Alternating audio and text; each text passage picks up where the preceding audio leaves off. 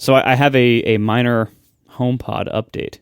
Oh, did you source a new to you big ass HomePod? Or did you do a factory reset? Because a lot of people suggested that. Hey, just factory reset those suckers. They'll be good as new. I have done that before. I did it, I think about 2 months ago, actually, recently. So I have done that before, and it seemed to last maybe a week or two before it reverted back to the old buggy behavior. Cool. And so I think it was probably just coincidence or some other, anyway. And I've so far as yet not gone through the route of trying to get replacement big HomePods, because my theory is that the problems are partly, my physical units having problems and flaking out and dying, but also partly I think there's just a major, software neglect going on, and those old HomePods were slow as crap to begin with, and so clearly they were like struggling to run the software they came with, let alone whatever it's been updated to now. So anyway, I did, as I mentioned, I had briefly tried a B&O product. It was kind of embarrassing because I started playing the music from it, and I was like, okay, well, this thing, it looks fantastic, and it sounds okay, but it doesn't sound the way it should, especially for its price. It sounds like small speakers. And I'm like, just for comparison, let me see. So just for comparison, I put next to the expensive product a HomePod Mini. And the HomePod Mini sounded as good in most ways and better in some ways. I see the landscape now. I now see what those kind of products are for. Again, they looked great, but they are not for sound. And the HomePod Mini, for how poorly it fills a large room, it actually does sound better than almost anything else that is reasonably small. And for this purpose, I want it to be and need it to be reasonably small, because this is going like on my kitchen counter with other stuff that has to share the counter with it. And so I set up a stereo pair of HomePod Minis that I happen to have already for various rooms in the house. I could move them there, and so far it's fine. It definitely is way faster to respond to things like touch controls, seat controls, AirPlay sources being sent to it. Siri itself is no worse. Might even be slightly better in its response time. And so far, the stereo pair of HomePod Minis has not broken itself. So far, it kind of seems like maybe I'll just deal with the HomePod Minis until some kind of large HomePod comes out again that will fill the room better. I wouldn't hold your breath on that. I know. Why can't the rumor mill be about all that? Like, I haven't heard anything from the rumor mill that's credible about like new bigger HomePod coming at some point. But in certain areas, especially if like you care about the mid-range of sound. This is like, how clear and distortion-free and energetic do vocals and, say, electric guitars sound? That's things that it's surprisingly hard to get speakers and headphones that sound good, like really good and smooth and undistorted in those ranges. I don't know why. I'm not enough of an engineer to know, but there must be some reason why that's difficult. And Apple has really nailed that in almost all of their recent audio products. Even the AirPod Pros, these little tiny things that go in your ears, sound better than many other things that are their size or even slightly larger. The AirPod Maxes, even though I don't like their comfort, it doesn't work for me, but their sound is amazing for what they are. It's really, really great. And the AirPod Max is one of the best sounding pairs of headphones I've ever heard. And that's saying a lot. I've heard a lot of really nice headphones, and that is up there with some of the best ones. But the speaker market, the countertop self-powered speaker with some kind of voice assistant, ideally, so you could yell things at it from across the room, HomePod's still the best. And even the HomePod Mini is better than most of what's out there. And that's really saying something because the HomePod Mini is fine, but compared to other regular speakers that are not smart and self-powered and standalone and generally much larger, the HomePod Mini is not super special, but for its size, it's great. And compared to its competitors, it's great. the reason I keep bringing it up here is partly because it's going on in my life and it's technical and therefore it belongs in the show. But also, I want all of you to keep buying HomePods so that Apple will keep making better ones. So please go out there, responsibility by Apple. Please go out there, buy a HomePod Mini. It costs less than some of the dongles they've sold in the past. Like, just go out there and get a HomePod Mini, and yeah, we'll see how this industry goes. But so far, even the Mini is better than most of what's out there. With this big HomePod, you've got like a product that apparently has like inherent flaws that make it eventually die over time, but you really like it, but they don't sell it anymore. What does that sound like to you? It sounds like your spatula. No, cheese grater. Yeah, cheese grater. Cheese grater. The OXO cheese grater that they no longer make that has a fatal flaw that causes it to crack over time, but I really like it. I haven't found one that's better. So I feel like this is an appropriately Marco scaled version of the cheese grater. What you need to do is set up a persistent search like I have for this OXO cheese grater, and every time one comes up for sale, you just buy it and put it into a storage facility in your house. And then what you do is you factory reset your HomePods, you set them up. The second they turn flaky, you chuck them in the garbage, pull up in the other pair, plug them in, and go from there. That would, I know this is partly a joke, but I would actually reasonably consider that if I could get a decent amount of factory wrapped ones for a reasonable price, if they were standalone objects like your cheese graters. The problem is these are devices that exist in a software ecosystem, and so if, as I suspect, part of the problem is software, no new hardware is going to solve that. They're going to be just as flaky, or maybe almost as flaky, no matter what I do. And then if I happen to, have a good week here and there, maybe that'll be fine. But like, how much am I willing to tolerate for the occasional good week? When so far the HomePod Mini, granted, I've only had this set up with these particular HomePod Minis for a few days, but that setup is better. And so I'll see how it goes over time. I hope it's better over time, and I hope Apple doesn't abandon that product line as well. But we will see. It is funny to me that the HomePod Mini is $100? Yep. Something like that. And you are not kidding. My favorite USB-C digital AV multi-port adapter, $70. It's not that different. It's so ridiculously expensive. Gosh. Yeah, like for all of yes, I know you can get a little crappy Echo whatever for like $50. Trust me, the HomePod Mini sounds way better than that. We have one of the ball shaped mid-range Echoes, like the what used to be the only Echo, like that product line Spot, which is like about $100. We have one of those.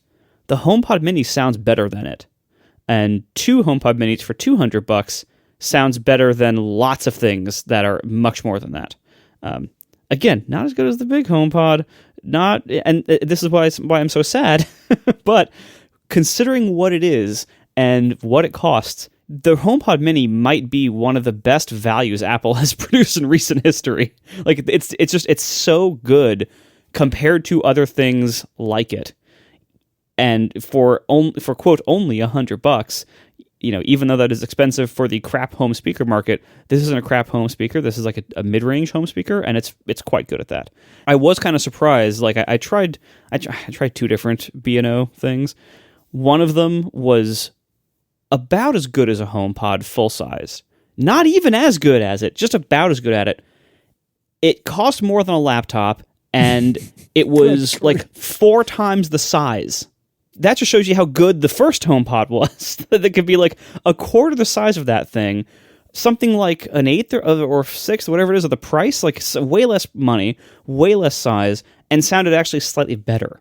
Apple's audio engineering is really good recently. They've been pumping out some really great speakers and headphones recently, and it's great in the areas that they are in as much as I am, like the AirPods, and the areas that they started and then pulled out of are just making me so sad. I just go back in, please, because man, Apple speakers are really, really good. Just please make more of them. It's tough because you are the one guy that wants the big HomePods and nobody else. Like, I remember when they came out, I was super interested in them because in principle, it sounds like something I would really like because I hate silence. I always have to have something on, typically music, but I don't like it when the house is quiet, which I know is probably the antithesis of John. But I always like to have music playing. And I looked at the HomePod when it first came out, and what was it, like $350 for one of them or something like that? It was absurd how expensive it was. And even though I ostensibly do this for a living and buying Apple stuff is sort of kind of my job. It's actually Marco's job, but it's sort of kind of my job. And I couldn't justify it for $350. One, let alone two of them. And I'm not saying that like you're wrong to have bought them. I'm just saying I think this is a product that in many ways is for me, but I couldn't get over that price tag, man. It was just so expensive. Yeah, and this is the kind of thing, like, and I've talked about this before, I'm not going to go into great length here, but if you can somehow justify and afford and have the space for a stereo pair of any of these things, whether it's HomePod minis, big HomePods, rest their souls, or like Amazon Echoes, most of these things support stereo pairs now. Get the stereo pair, even if there's a model for $200 and a model for $100, you're better off getting two of the $100 ones and putting them in a stereo pair with a bit of space between them than getting the one $200 one. When you have that amount of space between them and you can actually create stereo separation physically, not just relying on, hey, we're going to have some drivers pointing to the side and bounce things off walls and hope that sounds good. Like, if you can actually have space between them, it sounds so much better, even if each one has to be like a smaller or lower end model. You're generally better off doing that. And again, like the HomePod minis in stereo pair, not bad. Like, not amazing, but for $200, amazing. Oh, let's do some follow-up. iPad Pros 2018 edition, like my beloved one, which I am really trying to resist throwing away, figuratively speaking, and getting a new one, but that's neither here nor there. How much RAM does it have, John? Does not have 8 gigs. I was misled by one of the higher up Google results for trying to find out this information. We'll put a link to the bogus link that the bogus page that misled me. But we'll also put a link to the Wikipedia page, which I did check first. I usually do, but they have like that sidebar in Wikipedia where they have the specs, right? And the sidebar didn't have the RAM, unlike some other iPad pages. So I just gave up and did a different Google search. But the Wikipedia page does say the answer in the body of the text. Of course, it would be nice if I could have just gone to the official Apple site and looked it up. And I probably could have if I had dug way into like the tech specs. I'm sure it's on something.apple.com somewhere, but it certainly isn't on the product page because they don't like to list the RAM. Anyway, this is relevant because we were talking about why only the M1 iPads support Stage Manager. Good job. You got it. I'm working on it. Yeah, all that practice, and I still almost fumbled it the first time. And it was like, okay, well, this one, this iPad Air with 64 gigs of storage, it'll run it without even using swap. So obviously it doesn't require swap. Maybe it requires RAM. And it's like, well, it doesn't require RAM because that has 8 gigs, but so does this old iPad. But no, the old iPad had either 4 gigs or 6 gigs of RAM, not 8. So the leading theory now, that we kind of poo-pooed last week is that it seems like it's the RAM because all of the iPads that support Stage Manager have 8 gigs of RAM or more, and the ones that don't support it have less RAM. There was a little bit of stuff flying around the internet about the sort of Apple internal developer mode to enable Stage Manager on lesser iPads. Obviously that exists because as Craig Federighi said, and some of the statements from Apple, like they tried it on the other iPads and they found it unsatisfactory. And again, see last week's episode about where Apple can choose to spend its money to should we try to get it to work on the old iPads, or should we just, plow bravely forward and eventually it will work on all of our future iPads. So anyway, our bad. iPad Pro 2018 does not have 8 gigs of RAM. John, you've been on a journey trying to get some cheap software. What's the latest? A lot of feedback from people about their experience using Apple educational discounts, and in particular, this software bundle that comes with a bunch of fancy Apple Pro applications for a very low price. Some people said that they bought it and what they ended up getting was like a PDF sent to them in the email and via email after they purchased that had a bunch of promo codes that you would redeem. And in which case, obviously you could redeem them on whatever Apple ID you wanted. They're just promo codes. So that's kind of weird that they come on a PDF. But anyway, a lot of people have that experience. Other people said that if you buy it with a Mac, the software comes pre-installed on the Mac and it'll be licensed to whatever Apple ID you first set up on the Mac. And that sounds weird to me, especially if they don't warn you about that. And apparently you can also buy this bundle separately from a Mac. So you don't have to, it's offered as the sort of the, whatever they call it, the come on at the end of configuring your Mac. When you go through all the configuration, pick the RAM, pick the storage, it says, hey, do you want to add this, right? But it's also a separate product. It's called the Pro Apps Bundle for Education. It is $200 and it includes Final Cut Pro, Logic Pro, Motion Compressor, and Main Stage. So if you do want to buy it separately, that eliminates the possibility that they're going to pre-install it on some Mac or something, in which case probably they're sending you codes to redeem. But this is all moot because if you go to the Apple Educational Store, and we'll actually put a link to it in the show notes. I'm not sure how they confirm that you're a student, but I think anyone can get to the store page. At the very top of the store page, it says, save on a new Mac or iPad with Apple Education pricing. Great, I think I will. And then the subheading is available to current and newly accepted college students and their parents, as well as faculty, staff, and homeschool teachers, blah, blah, blah. So it's available to students and their parents. So I don't need to involve my son in this at all. I'm a parent of a newly accepted college student. I get the discount. Another thing, though, I've been going through this thing. Oh, discount, it'll be cheaper, right? These discounts do not look like what they were back in the day. And when I say back in the day, I'm talking about when I pulled off the fairly amazing feat, for which I feel like I'm not adequately recognized, of convincing my parents to use my sister's college educational discount. My sister is 4 years older than me. She left for college just as I was, entering into high school, right? She's off to college. She gets an educational discount. And I convinced my parents, hey, you should buy a new Mac from the college computer store using my sister's discount. Give that Mac to me and then let her use our Mac 128K upgraded to a Mac Plus that we'd been using in the house. And that's what they did. And so I got an SE30, right? And the SE30, I think the regular retail price, starting price was like $4,300 in $1989 or whatever. Do the math on that and be terrified, right? But the educational discount was I think it was like $1,200, $1,300, $1,500 off. It was huge. I think the educational discounts now are like, oh, you save $100 on a MacBook Air. You save $50 on a MacBook Air. It's not what it used to be. Obviously, the prices aren't what they used to be either. Now I'm curious. Did someone look that up? Yeah, I mean, even when I was starting in the Mac market in the early 2000s, I remember the educational discount being something like 15%, which is substantial when you're looking at some of those larger, higher end models. And that was always the first couple Macs I bought, I was only able to buy because I was getting discounts like that, because that made a big difference for me. Yeah, when I bought my first Mac, my Polybook, I had Erin buy it because she was a K-12 teacher at the time, and if memory serves, we saved like $150 on the Mac, and we did it during WWDC week, and so it was. The back to school sale had started at that point, which I don't think it does during WWDC week anymore. But anyways, the back to school sale had started. So she ended up getting a free iPod Touch out of the deal. And that was the first iOS device, first Mac and first iOS device that we had in the house, because they gave you an entire iPod Touch and like $150 off what was one of the cheapest Macs you could buy at the time. It was bananas, and it is not that good anymore. Yeah, I should probably actually look to see if it's even less than the friends and family discount, because I have friends and family discounts that I could get. I mean, it's not that bad. It's a MacBook Air that I'm getting. Who cares? But I'm just curious what the discounts would be. I finally did look it up. So $4,369 was the base price for the SE30 on launch. That is $10,298 in today's dollars. You've been buying $10,000 computers. And by the way, it didn't come with a keyboard. If you wanted to get the Apple extended keyboard, that was, let's see, $200 in 1989, which is $471. Can you imagine paying $471 for a keyboard? It was a hell of a keyboard. Well, the floaty iPad keyboard's $350, isn't it? I was going to say, how much is the iPad Magic keyboard like? But that holds the whole thing, and it has all, it's an apparatus.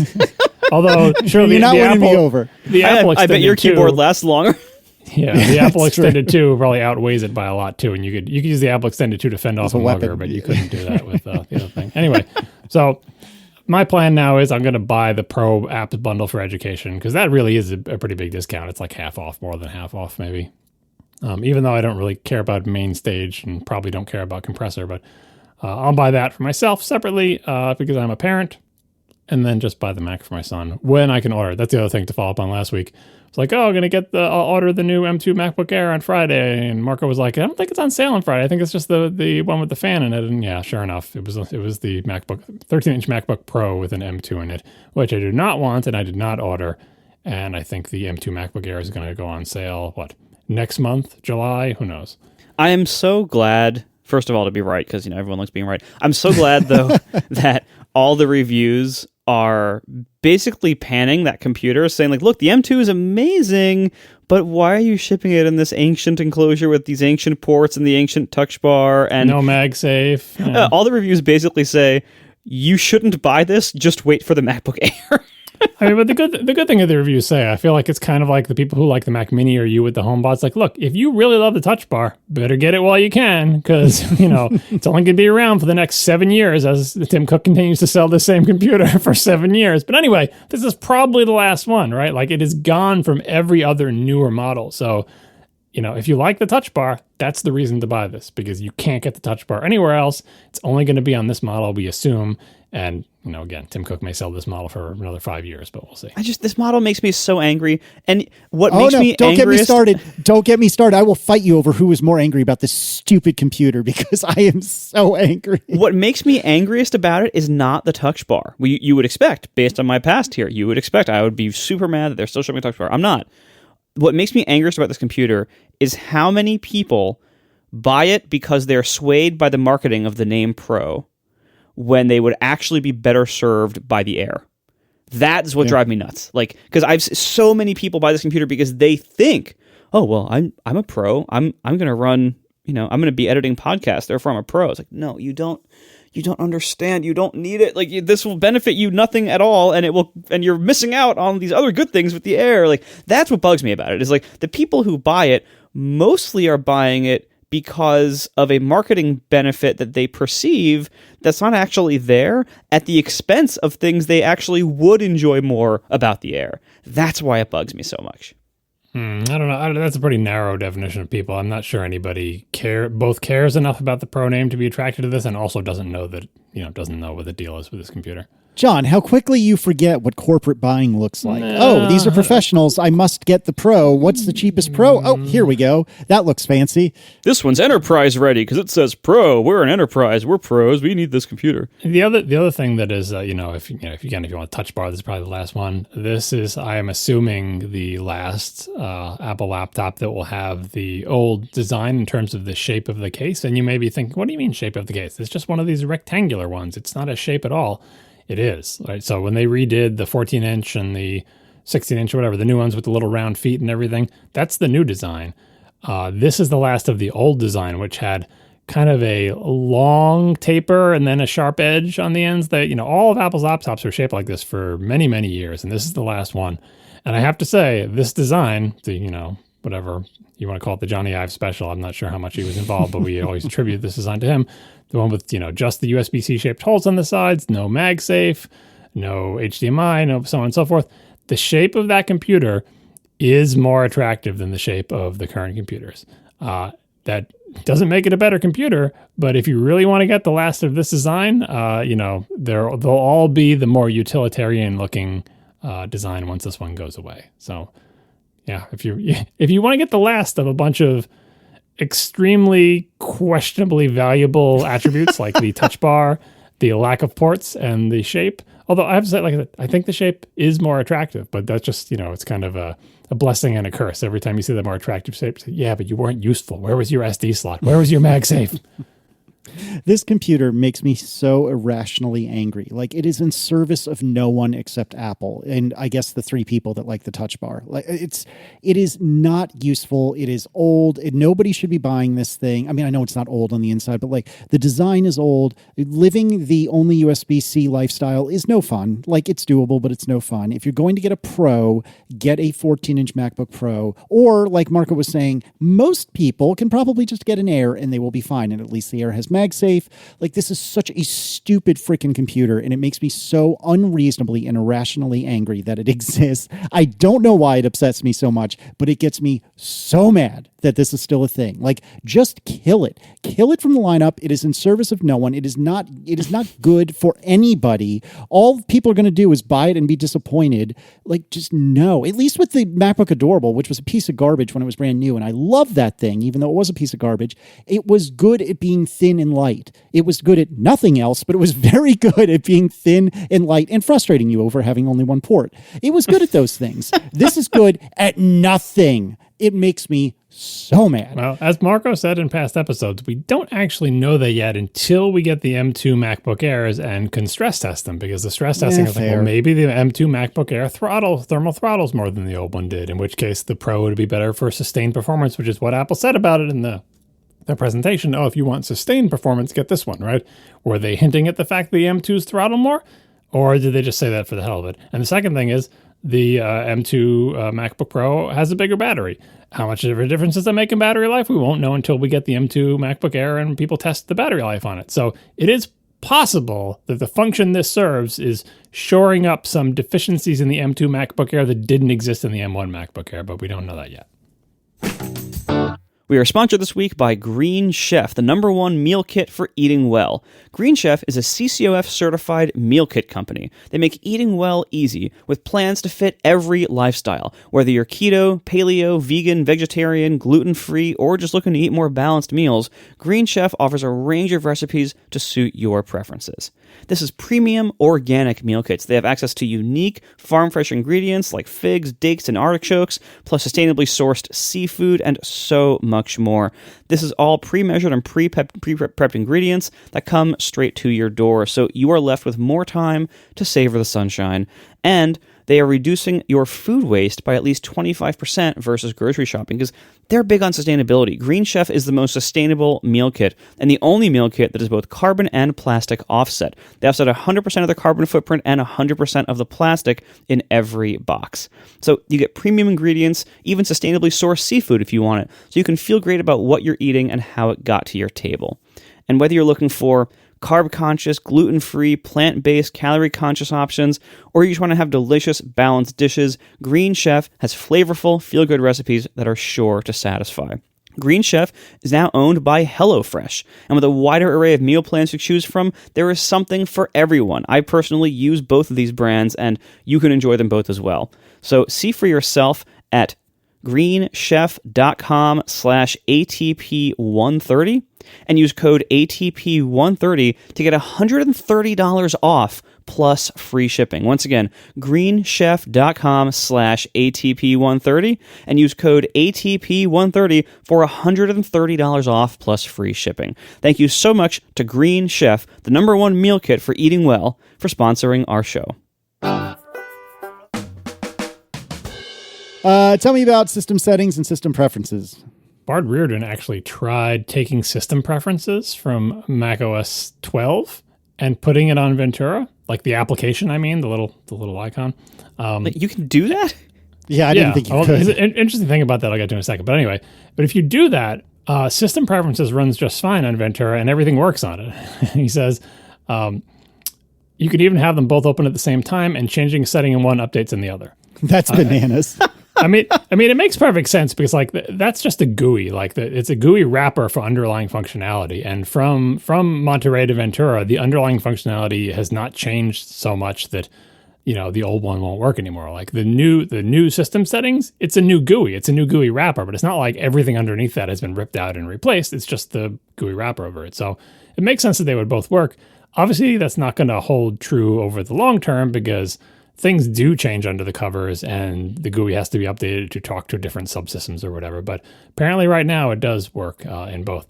And what I was going to say about copying it, right? You can take, system preferences from Monterey and just grab it and make a copy of it and then just put it over on your, on your Ventura Mac. But what you can't do with it on any recent Mac, on a Mac running Ventura or Monterey, is you can't put it in the same place as system settings because system settings, I believe, is probably like under system library core services, something or other, right? It's in the read-only snapshot of the system volume that boots the OS. I think we talked about this many, many shows ago, but modern versions of macOS boot from a read-only snapshot of a cryptographically sealed volume so it can be assured that nothing can modify the running operating system. There are parts of the operating system that are outside that read-only snapshot because they have to be written and they want to be updated, more easily without rebooting and stuff like that. But I think system preferences is not one of those things. I think it is part of the OS. And so you can't put system preferences in the same directory. You may be thinking, who cares where I put it? I'll just put it in the applications folder. I'll put it on my desktop. I don't care where it is. But Ventura adds a new security feature that does not allow system applications to be run from any place other than where they're supposed to be. Oh. Which, this is like a malware type of thing. It says, hey, system settings shouldn't be out there. Like if malware could somehow extract system settings from the read-only volume and like modify the binary and then run it again. Because you may have like a binary that has some kind of privilege or uses a private API or whatever. if you could modify that binary, some malware can find a way to exploit the system by like modifying the executable of some part of the OS. But you can't modify it when it's on a read-only snapshot. So you'd have to copy it off of the read-only snapshot, then modify it, but then you can't run it anymore. And this is part of a larger framework. I forget what it's called. I think I put a link later in the show notes about it. What is it called? AMFI, something like that. Oh, God. I'll find it and link it somewhere. But anyway, it's a generic system for putting more constraints on executables that run. And one of the constraints you can put on it is this executable can only run from this directory. That's really cool. John, tell me about copying and pasting edits and adjustments and things like that in photos. I was excited about the newly announced feature for photos for Apple's photo system, where you can take an adjustment kind of like in Lightroom and then apply it to a bunch of photos at once. And that feature was listed on the iOS features page, on the iPadOS features page, but I couldn't find it on the Mac's photos page. So I wondered, is this not coming to the Mac? Well, first of all, it turns out it is on that page. It's just farther down than I had gone. I found the photos, what I thought was the photos section that was talking about the shared family photo library thing, but that wasn't the only section about photos. So it is coming to the Mac version of photos, which is good. But second, a feature very much like this exists in the current version of Mac Photos.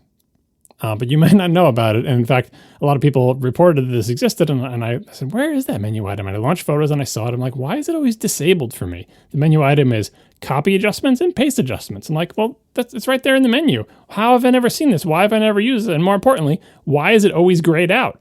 How come I can't copy adjustments? So I would like edit a picture, I'd make adjustments, and then I'd, go back to the main screen where all the photos are. I'd click the photo and I'd say copy adjustments. But no, it's grayed out. And like, maybe you have to crop it. So I'd crop it, go back to the main screen, try to copy adjustments. Like, no, it's still grayed out. What does it want me to do? I made so many adjustments. Turns out you can only copy adjustments when you're in the edit mode. I have no idea why. Like, what? You have to literally be in the edit mode. So you edit it. You go into the edit mode where you get all the sliders on the right-hand side. Then you can copy adjustments. But from any other view, even if it's like zoom full screen, if it's the little tile mode, if you're looking at the library, if you're looking at album, you cannot copy adjustments. Doesn't make any sense. All right. So that's the first silly thing. The second thing is you can only paste adjustments when you are in the edit mode on a photo, which means you can only apply the adjustments to one photo at a time. So that's why they're touting this feature. Oh, now it works sanely. You can, I'm assuming, copy adjustments from other views and then paste them into multiple photos at the same time instead of having to go into edit mode, copy adjustments, go out of edit mode, go into edit mode, another picture, paste adjustments. I still maintain that the Mac Photos app seems to have been designed by people who never use the Mac Photos app. I mean, can you imagine, like, you can select an item. Like, there's so much UI to select a photo, and it knows which photos have adjustments because I think they put a little badge on the thumbnail showing, like, little lines with sliders or whatever. It knows that there are adjustments there, and there's a menu item in the image menu saying copy adjustments. Like, no, you can't use that unless you go into edit mode. It does not make any sense. You know how Apple came up with the Pro Workflows team or whatever it is, where allegedly they brought people, like actual professionals from like Hollywood and places, and like, music professionals, and brought them in-house, either hired them or just asked them to do their work at Apple so they could understand what they're doing a little bit better. I feel like we need to have like adopt an Apple designer day or something where you have somebody from Apple come into your home. No, Tim, Susie, whatever your name may be, come into the home. Why don't I show you exactly how I use the Home app and why it is a pile of shit? Like, let me show you exactly what I'm talking about. They just redid the whole Home app. You got what you wanted. I know. Okay, maybe that wasn't the best example, but you know what I'm saying. Like, I would like to edit 6 photos in the exact same way. How would you do that? Oh, look, there's no way to do that right now. I feel like sometimes Apple just lives in this fantasy world where everything is always their stuff. They're on these phenomenally fast internet connections that are 6 feet from the home office. Like, I'm mostly snarking, but I kind of wonder if they really need to have somebody adopt designers or something and just be like, look.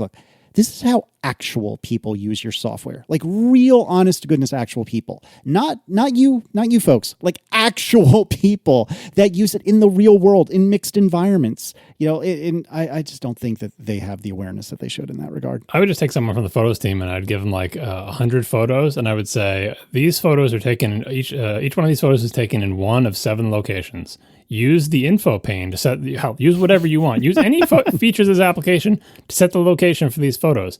But they're not in any order, so you can't do them in batches. So you have to do them one at a time, right? So you click on a photo, and then you go to the info pane, you type in the address. And I'd give them the 10 addresses. Here are the 10 addresses. And as you go through each photo, I'll tell you which one is which address. And by like the 15th one, they'd be like, there's only 10 addresses, and they all begin with separate letters, but I have to type out the whole address every time. Oh, gosh. That seems suboptimal. And half the time, when I'm trying to type in the address, it deselects the text field, and it's no longer focused, and my character's going to nowhere, and I have to click it again. And after they've done 100 of those, I would say, how do you feel now about your location setting feature in this application? Like, does it help you in any way whatsoever? Well, what have we learned today? Yeah, because it's really just, very hostile. I need to go back and re-record that section about the home app. What I should have said, and Hey You DVD is reminding me in the chat, I should have used the music app as my example because, oh my great googly moogly, is that thing a pile of turds. Oh, it is so bad. I hate it so much, but that's okay. Speaking of things that are a pile of turds, hey, John, tell me about gaming on the Mac. This was something that I think it was in the keynote even, right? Where Federighi was, he was on a talk show, right? It was Talk Show Live, which we linked to last week and we linked to again, everyone. Federighi was touting as part of his, let's talk about gaming on the Mac, the uniformity of the graphics architecture across Mac, iPad, and the iPhone. Saying, hey, we have a great solution for developers. If you develop your application using your game using our fancy graphics APIs, you basically get all these platforms for free because they all use the same gaming. Now that the Macs are on Apple Silicon, have the same GPUs, and Metal is everywhere, so on and so forth. So yeah, it might be weird to use our APIs, but our APIs are actually really good. And if you do that work once, you get access to all of these Apple platforms. Isn't that great? And when he said that pitch, obviously what I was thinking of, it's what everyone was thinking of, right? I was thinking of the Mac Pro. Like, what does this mean for AAA gaming? And the thing we've talked about so much is like the Mac Pro, how much GPU is going to have in it? Is it going to support third-party GPUs?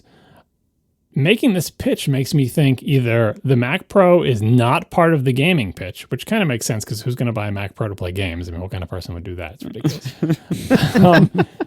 Or this is a hint in the direction that Marco was always saying is that the new Mac Pro will absolutely not support third-party video cards. Because you can't make this pitch about a unified gaming architecture and then ship a Mac Pro and say, oh, and by the way, you can put AMD, and I guess NVIDIA is not going to happen, but you can put these AMD graphics cards in there. That's not a unified graphics architecture.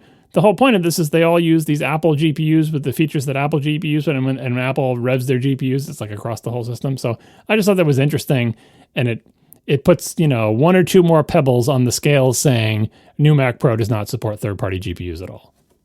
Yeah, I don't see how anything is pointing that direction because so much of the Apple Silicon architecture is really looking like, yeah, there's not going to be third-party GPUs. Like, we'll be lucky to get expandable GPUs on cards or something like that. Even that, I think, is in question for the new Mac Pro. I wouldn't assume we will get. But third-party GPUs, I think, are even a greater step past that of unlikelihood. I think we're not going to see that. No part of the architecture points to that at all.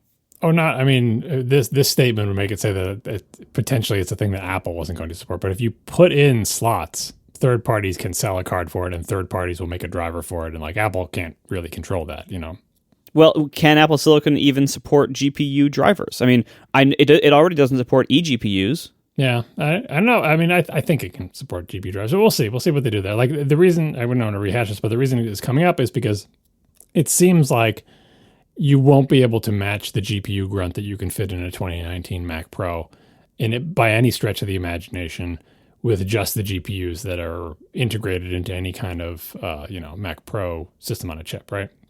Just because you can put more than one of them into them. You can put four very big, very hot GPUs inside a 2019 Mac Pro.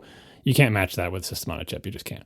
Right. And so it's either Apple doesn't care that you can't match it. So what? Tough luck. Who cares? Because the benchmarks of the applications that we care about are actually faster without it. or that Apple has some kind of, external GPU solution, which could be an Apple GPU on a card where the Apple sells you 4 of them for the price of a few cars. Or it could just be no GPU support at all for the slots, and the slots are just there for something else, or it could be no slots. Anyway, see many months of past episodes. Yeah, given that the Apple Silicon architecture is so intimately about unified memory shared between the GPU and the main CPU, I'm not saying it's impossible. I mean, it's certainly possible, but I would be very surprised if any sort of external GPU is supported. Anything is possible, but I would be very, very surprised. All right, so macOS Ventura has dropped and dumped at the same time as apparently dumped, has dumped a whole bunch of hardware, and I will go through the list as per Mr. Macintosh. It has dropped the 2015 through 16 MacBook Pro, the 15 through 17 MacBook Air, the 2016 12-inch MacBook. It's too bad. The 2014 Mac Mini, the 2013 Mac Pro, and the 2015 iMac. All no soup for you. So sorry. Yeah, so Christina Warren says that the most egregious one that they dropped, and I disagree with this, but it is funny. The most egregious one that they dropped is the 2013 Mac Pro that they sold until December 2019. That they should have stopped selling in 2017. You could have active Apple Care and no OS updates. So like if you bought if you were one of the poorest suckers who bought a trash can Mac Pro in December 2019, your Apple Care is still good and you can't get any more OS updates. But I mean, honestly, that computer was, it's a 2013 computer that basically never changed, aside from like some different configuration options, right? So. Or maybe they read the GPUs once. I don't remember. Nope, they sure didn't. They just dropped the low-end configurations. Oh, yeah, there you go. That's right. When was was it Connected Live that you presented, Stephen, with the Mac Pro? What year was that? It was our show. Oh, it was our show. Okay. Yeah, that was that was 2019, I think. Was it 2019? Yeah. There you go. There it was. There it is. It was still for sale. I got it. I got it from Apple. This computer was a joke gift on a live podcast. Oh, I know. I'm just saying, though, that is an example. If you got Apple Care for Stephen, then he is that guy. He is the one. I did not. Oh, how cheap! How cheap are you, man? Come on.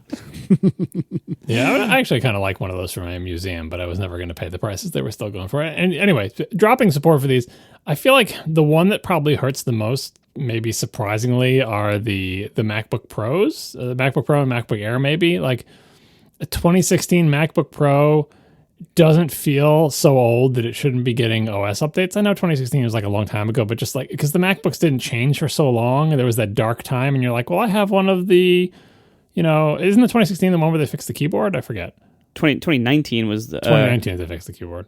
Yeah. Anyway, just because so many people have laptops, right? And people are used to Mac OS supporting Macs pretty far back in time, but obviously the Apple Silicon transition, I think, has hastened the demise of a lot of these computers, just because kind of like the 32 to 64 bit thing dropped a lot of support. It's like you just want to get on the other side of this sort of discontinuity. And so, yeah, these older Macs are having support dropped. That is a thing that usually routinely happens. I just think we've been we were in a period for a while where macOS wasn't dropping a lot of old hardware. And I think we're still in a period where iOS isn't dropping a lot of old hardware. What does 16 drop? So 16 is the first version to drop anything since so 14 and 15 both didn't drop anything. Mm-hmm. 16 is the first one that's dropped things in 3 releases, and it's dropping everything up through the 7. So the iPhone 8 and above is supported. Yeah. So anyway, sorry for all you trash can owners, and sorry for all the people who've got not sold Intel Macs that are getting dropped, but architecture transitions will do that to you.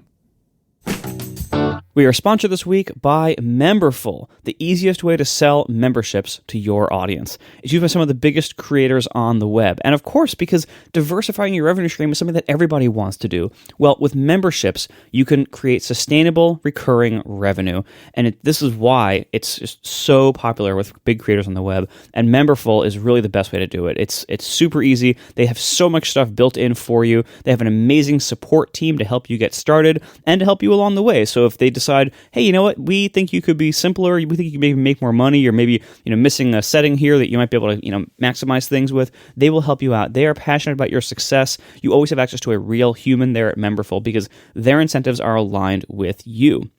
And they handle all that hard stuff, so you can focus on what you do best. Whether you're a creator or whatever it is, you focus on that, and membership helps you earn more revenue quickly. And you always retain full control and ownership of your audience, your branding, and your membership. Payments even go directly to your own Stripe account. And it seamlessly integrates with lots of tools you already use, like WordPress, MailChimp, Discord, and so much more. And they handle whatever you might think that a membership platform should have. So they have obviously things like Apple Pay checkouts, optimized checkouts, easy member management, dashboards, free trial support, gift support, premium podcast hosting, whatever it is, they have all of that at Memberful. So whatever you need, they got you covered. Get started for free with no credit card required at memberful.com/ATP. Once again, get started with no credit card required, free trial at memberful.com/ATP. Check that out today and see why Memberful is so popular with so many creators on the web. Once again, memberful.com/ATP to start that free trial. Thank you so much to Memberful. Monetize your passion with membership. This is an example of something that I swear was mentioned in either the keynote or the State of the Union, but if you asked me to find where specifically it was, I would come up blank. But apparently, the iPhone is creating head-related transfer functions for you. We first discussed this back when we were discussing the PlayStation 5, I think maybe before it was even released, talking about the way the PlayStation 5 did 3D audio. And there was the concept of the head-related transfer function, which basically defines, based on the shape of your head and your ears, how does sound out in the world bounce off of your head and the insides of your ears to hit the things that sense sound, your eardrums, right? Everyone's got different head and got different ears. And so sounds in the world are always filtered through your weird little ears and head and stuff. And when you hear something to your left, to your right, a little bit above, a little bit below, your brain has been trained to identify that sound based on how sound hits off your head and ears. So your brain is, wired up a little bit differently than someone else's brain because their brain has been wired up to detect sound based on the shape of their head and ears, right? Just over time, like you learn where sound is. So if you're going to do 3D audio, the best way to try to do it is to define a personalized head-related transfer function for each person based on the shape of their head and their ears, because you can't just play the same sound out of speakers like for, in modern Apple parlance for spatial audio. You can use sort of an average head-related transfer function that will work okay for most people, but if you personalize it, it sounds even better. And there was something that the Sony presentation for the PlayStation was saying, oh, well, we scanned 100 ears and averaged them in a computer and blah, blah, blah. And like maybe someday you'll be able to scan your ear and get personalized 3D sound in your PlayStation 5. I'm not sure where that is on the PlayStation, but apparently iOS 16 has a feature like that where they ask you to use basically the FaceTime camera and you do the FaceTime thing, but they also say, now please take the phone and show it your ears, show it your left ear, and then show it your right ear. And it scans both your head and also your ear and tries to, I'm assuming, use the depth camera to come up with a model of the cragginess of your ear and the size of your head to come up with a personalized head-related transfer function. Now, we'll link to Josh Hunt's tweet where he shows himself doing this. And it's supposed to put like a little bracket around where it sees the ear, and it has real trouble finding Josh's ears. And it's not because he has big, long, wavy hair that's blocking them. His ears are clearly visible. It's kind of like one of those things where they ask a human, find the ears in this picture. I can find them. They're right there. A little kid can find them. I see his ear. But the phone is having real problems. But anyway, it was like beta 1. So we'll see how this goes. I also, like Casey, have a vague recollection of this being mentioned, but I have no idea what this functionality is, and I haven't installed iOS 16 yet. All right, so last week we were talking about CarPlay and this new system that Apple's announced wherein they, basically take over the entire car. And I wanted to bring up a couple of things that Jan Just van de Hoof brings up, and I'm mad because I never thought about, or I never actually said it during the episode, but this is very well put. In your discussion on CarPlay, John hammered on the fact that all implementations still need a car manufacturer's stock UI for when there's no phone available. However, Google already has Android Automotive, which replaces the manufacturer system entirely. I've ordered a Polestar Polestar 2 that uses that system. I believe that Audi is doing something similar. To me, that is the future of CarPlay, or at least Apple is going to need to have something like that as an option for car manufacturers. Friend of the show, Jelly, just took delivery of a Polestar 2, and I've been talking to him about it. And I knew that the Polestar was using Android Automotive, and I completely didn't get a chance to, or slipped my mind to bring it up. And I'm actually going to skip forward just a little bit, because the other thing I meant to talk about, which I didn't mention last week, Matt Volk points out, and Matt writes, there's an interesting article from Ars Technica a while back that says that the gauge cluster display cannot be run by a non-real-time OS. So reading from that article, supporting a car, especially an Android car, also means needing support for virtualization. Android can run the infotainment system, but something else needs to run the gauge cluster display behind the steering wheel. Because good cars have clusters behind the steering wheel. Never mind. Safety regulations mandate that the gauge cluster cannot run Android. Android isn't a real-time OS, meaning it can lag if the processor is too slow, and that's not allowed for critical driving components like the speedometer. The solution, this is bananas to me, but apparently this is what they did. The solution is to have the Snapdragon 820 processor run two OSs via virtualization, with Android running the center infotainment screen and some other OS running the gauge cluster display. Android can still send the gauge cluster a UI overlay for things like media info and Google Maps information, but the speedometer is off limits. And also in that article, it talks about how they were using Qualcomm processors, and apparently since that article has been written, Matt tells us that Polestar has dumped Qualcomm and is instead using NVIDIA for the Polestar 3 that is coming out soon-ish. Before we talk about what car companies are going to do with this, any thoughts on all of those things that we just spoke about? So there's a bunch of cars that use Android Auto as their OS. But the thing about that does... Well, hold on. There's two different things, though. This confused the crap out of me when I was researching this. There's Android Auto, which is basically like what we think of as CarPlay.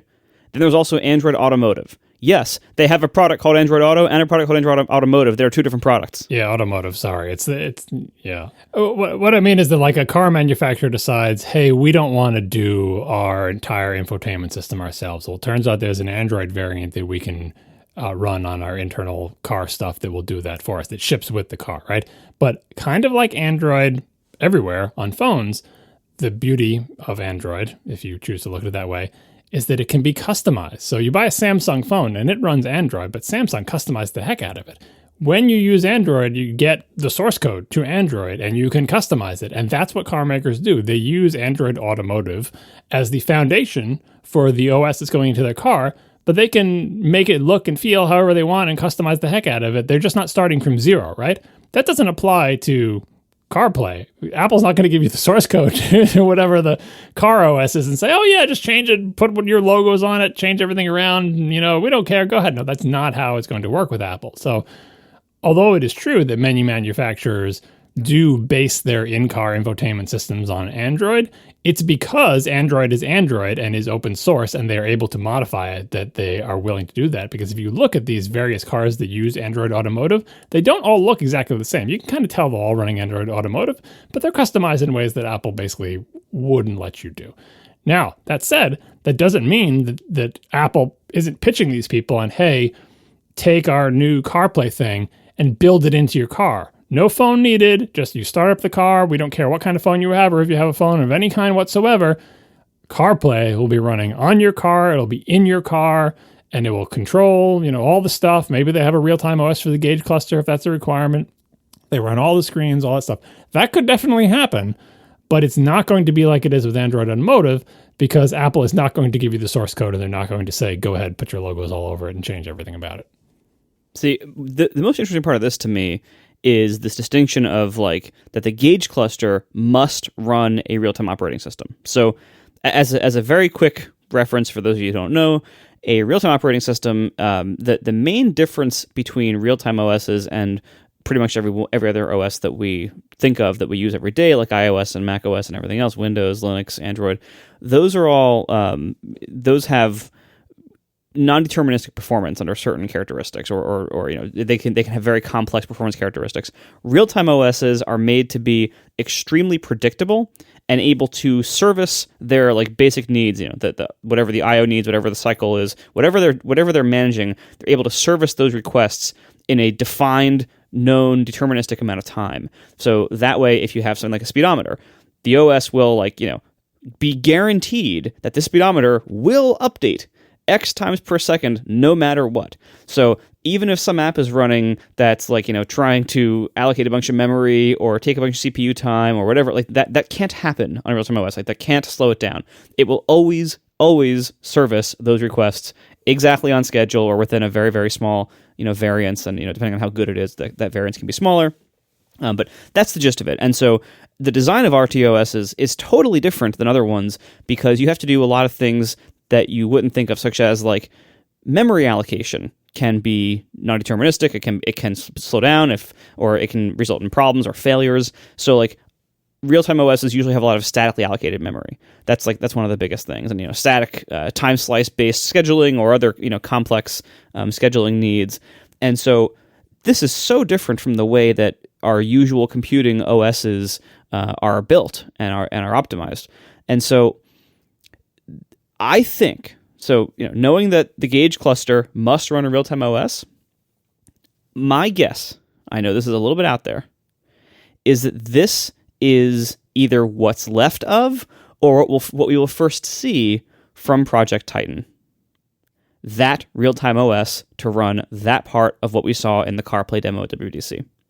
That's my guess, that Project Titan either was scaled down to just this, or this is going to be the first thing we see from that project, but that what it is some kind of real-time OS to run those gauges that they showed off in the keynote on these car screens. So that way, Apple can literally take over the entire display of all of that and be up to date with all the safety regulations and everything, and somehow be running two OSs. Now, there's some ways they can do that. So this article mentioned virtualization.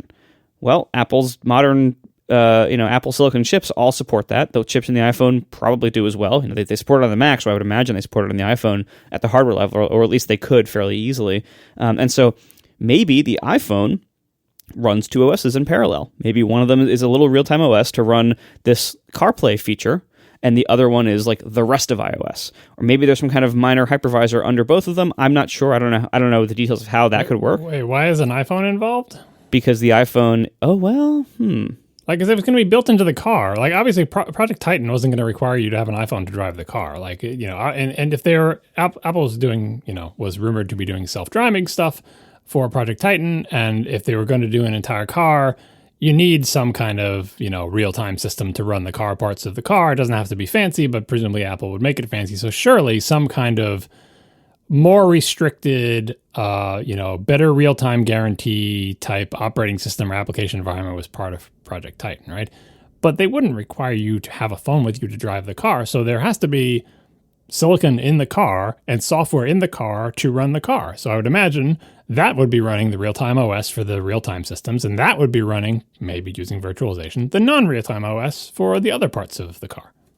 But would they want a car to have basically like a built-in iPhone hardware that presumably could never be updated? It wouldn't be. It would be like the A13 in the studio display, right? So right. In all these cases, like even these cars that run Android Automotive, right? They're running it so you can I can change the fan speed on the climate control, and I can turn the wipers on, and I can do all those things. And then there's the, the sort of, I forget what it's called, like the CAN bus or something, but the real-time system that does like stability control and anti-lock brakes. And that's separate from the Android Automotive, right?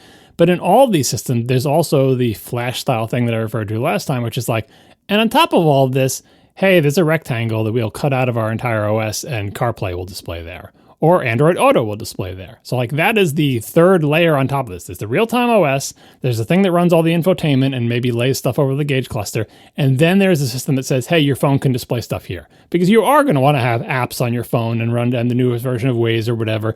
That's going to get a chunk of that screen where whatever phone you own, whether it be Android or an Apple phone, can put apps on that phone, display it into part of that screen, but that's on top of the stuff that's built into the car. That's interesting. All right, I could be convinced of that. I mean, that's what modern cars do. You buy a car with Android Automotive, and it supports CarPlay. You're seeing your iPhone's crap being displayed in a rectangle on top of Android Automotive. Yeah, because this to me this sounds like Apple's answer to Android Automotive. Like this is like they want their slice of this. They think they can do a better job of it.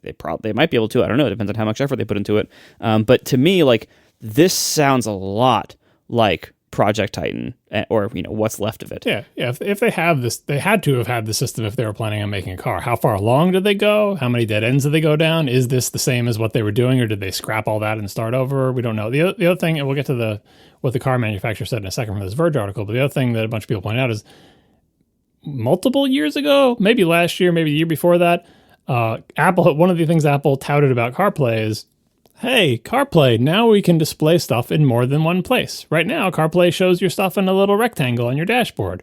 But the new version of CarPlay can show stuff in 2 rectangles on your dashboard. So car manufacturers could support letting your phone show some stuff in the gauge cluster, right? Yeah, that's been true for a year or two now. Yeah, I think that's a multi-year-old feature. But how many cars have you seen that in? None. So it seems like either Apple hasn't gotten a lot of uptake on that feature, which again is not this thing that we saw in the keynote, but just simply like, oh, I can just show stuff in 2 rectangles.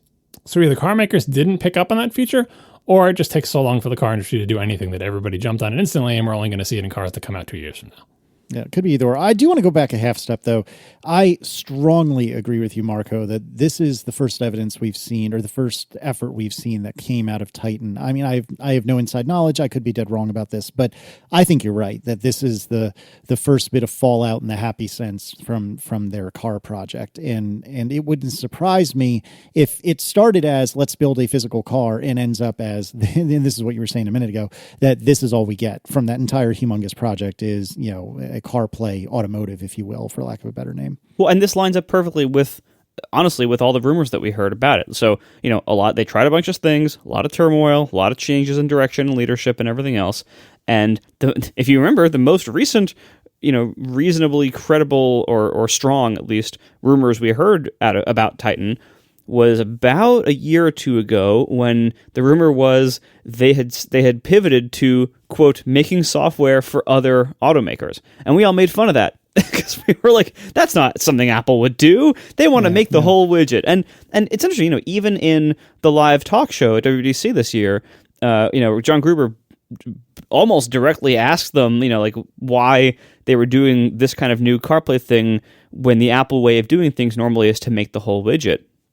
And the very long smiling pause from the Apple executives to that question with no real response kind of suggested that they were still planning to make the whole widget, as in make the whole car.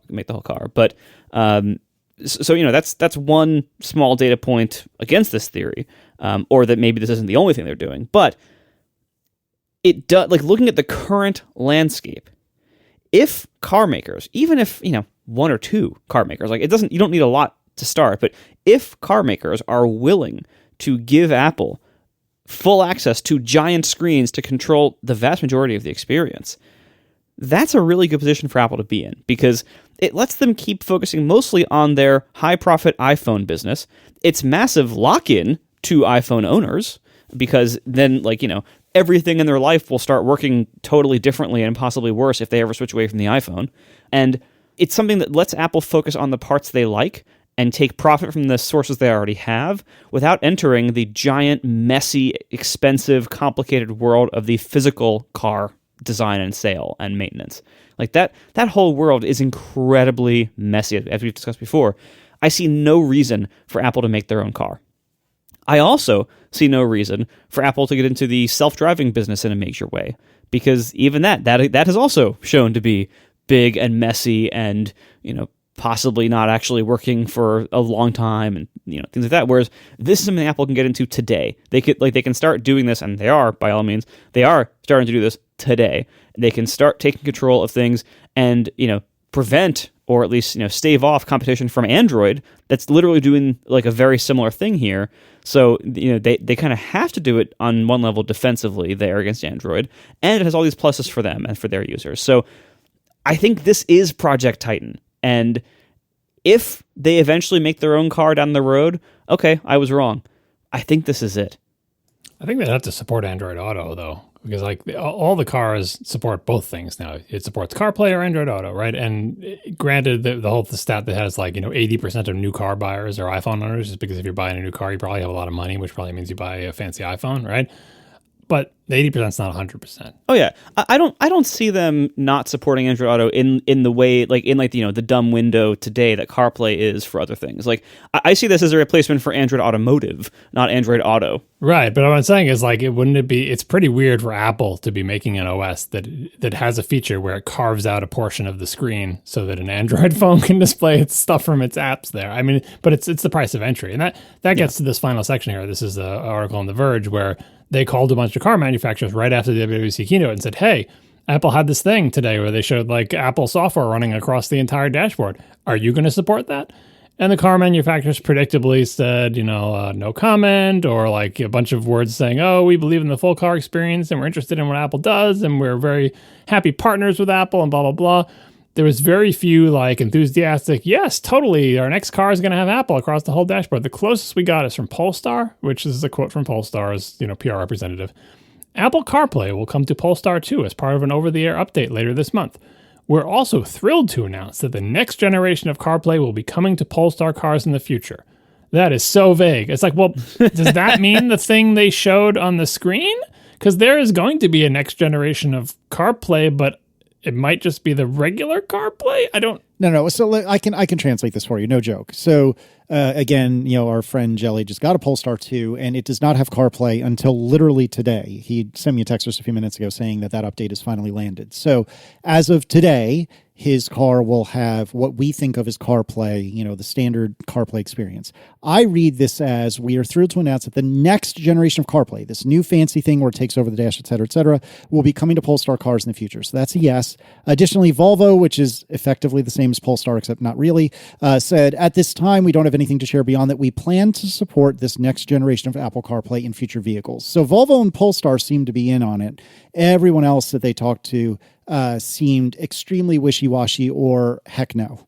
And they put a bunch of logos up there. They called a lot of the people from these logos. Actually, the Decoder podcast, this related to The Verge, talked to, I think, the CEO of Mercedes-Benz or somebody fancy from Mercedes-Benz, and had a longer discussion about, part of the discussion was, hey, this Apple thing, are you going to support it? And Mercedes kind of said the same thing that you would imagine BMW would say. Both these companies, both Mercedes and BMW, have spent a lot of time and money and resources trying to come up with their own OS to run their dashboards, because both Mercedes and BMWs have really leaned heavily into screens across their new dashboards. Mercedes going the heaviest, where it's screens from edge to edge, top to bottom, just the whole dashboard, not just a giant tablet shoved into the middle of it like a Tesla. BMW's new dashboard, it looks like an extremely unimaginative, very long, skinny screen from in front of the driver all the way over past the midpoint of the car.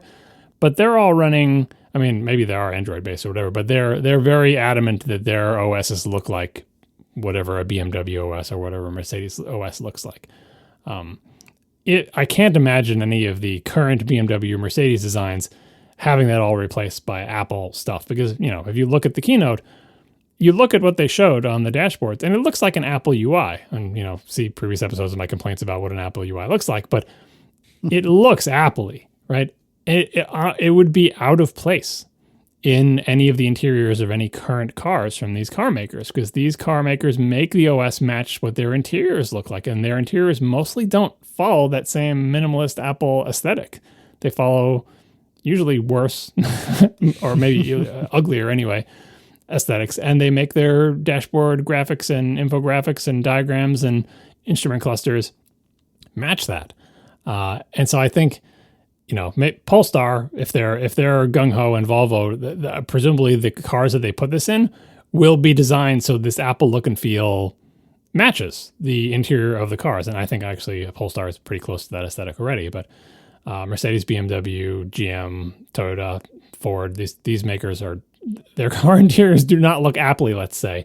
And neither do their OSs, neither do their screens, neither do their instrument clusters, neither do their infotainments. And a lot of these car makers don't want the inside of their car to look Apple-y. The Apple aesthetic that they showed, again, there could be more than one aesthetic, but what they showed at the WWDC keynote, that doesn't match certain kinds of cars. Sometimes you want a car to be, think of a big mean truck. We just talked about people who love their big trucks. You don't want a delicate Apple-y UI in your big mean truck. It just doesn't match. Or a fancy sports car that's look racy. Can I tell you guys a secret? What? I just don't tell anybody. I honestly didn't like the look of the CarPlay gauges they showed off. That's what I'm saying. Like, Apple's strength has not been the ability to convey information in a clear way. It's all been about low contrast text that nobody can read, hiding things that they think you don't need to see. Like, I think their current strengths are not well suited to do an instrument cluster. Like, because an instrument cluster is like, show me the information in a clear way that I can see at different times of day and whatever. And we're like, we can't even read anything in our UIs on our phones that we can position any. It's like, I don't. You have to hover over the transmission stick to see what you're in. Oh my gosh! Don't even. Am I in drive? Am I in reverse? Let's see. Let me just hover my hand over here. Oh, there it popped in. There we go. We'll do pupil tracking. When you're not looking at the speedometer, we'll hide the numbers. Just turn it off. Only when you look at it, we'll make the numbers beautifully fade into view. But what if they don't fade into view? Well, try looking at it a little bit longer. Why don't you just show the numbers all the time? We feel like the numbers are detracting. The numbers are distracting you from your content. We want to let the content be Oh, fried. gosh. Stop. We'll only show the numbers when your pupils land on the speedometer. Oh, my gosh. It's so bad because it could be true. I love the idea of Apple designed stuff, and when I saw the reality of it, or when I think about like the reality of modern Mac design, I'm just like, oh no. Maybe that's not what I want. I don't know. Yeah, but setting that aside, even if it was really good, cars have have styles that for each model within a make and for entire manufacturers have a different sort of style, and not all of them match Apple. Like I said, Polestar I think does actually match Apple's vibe, but Mercedes and BMW don't. Volvo arguably doesn't. Toyota and Honda certainly don't. So that's the beauty of Android Automotive. These car makers can take that and, make it look however they want. Just like Android phone makers can take Android and make it look like whatever ugly thing they think they want to make their Android phones look like. That is a feature of Android Automotive that I assume will not be a feature of anything like that from Apple, because Apple does not really, the modern Apple, as in the last several decades, does not want you to skin their OSs. Back in the day they did, and it was super cool, but not lately. We are sponsored this week by Trade Coffee. Trade connects you to the freshest and best tasting coffee you can make at home. They do this by partnering with 60 of the country's best craft roasters, and they offer 450 different kinds of coffee live on the site and ready to ship every single day. And so here's how this works. They give you this wonderful little quiz on their site, on Trade's site, and they ask you what kind of coffee you like, how dark do you roast it, what kind of flavors are you looking for, things like that. And then they have this wonderful algorithm and all these different characteristics of this coffee so that they will select for you what they think you will like and show you all these different options. And they are so confident that they're going to get it right that they actually guarantee your first order. If you don't love it, they'll replace it for free with an actual human working with you and everything to make sure they really nail it right. And this is the best way to make great coffee at home, because it's all about how freshly roasted the coffee is. I would so much rather have like a kind of a routine bean freshly roasted, like in the last few days, than a really, really nice, fancy, super expensive one that was roasted a month ago. And when you go to a grocery store, everything on the shelf is roasted a month or more ago, usually. Like, I've never seen anything newer than that, because it's just the way the supply chain works. So Trade makes the roasters connect to you and ship directly to you, and so you get freshly roasted beans, and that is the best way to make fresh coffee. Trade has so much available. I've used it myself a lot of times, and it is just a great service. I love browsing through their things. It's great for variety and for exposing you to new flavors and new roasters. See for yourself today at drinktrade.com/ATP. You can get a total of $30 off your first order plus free shipping. That's more than 40 cups of coffee for free. Once again, get started by taking that quiz at drinktrade.com/ATP. Let Trade find you a coffee you will love. That's drinktrade.com/ATP for $30 off. Thank you so much to Trade for sponsoring our show. I wanted to briefly talk about the WWDC State of the Union and one particular part of it. There's a bunch of little things that may be worth talking about another time, but there was one piece that I thought was really fascinating that I wanted to call out, and I wanted to hear what you guys had to say about this.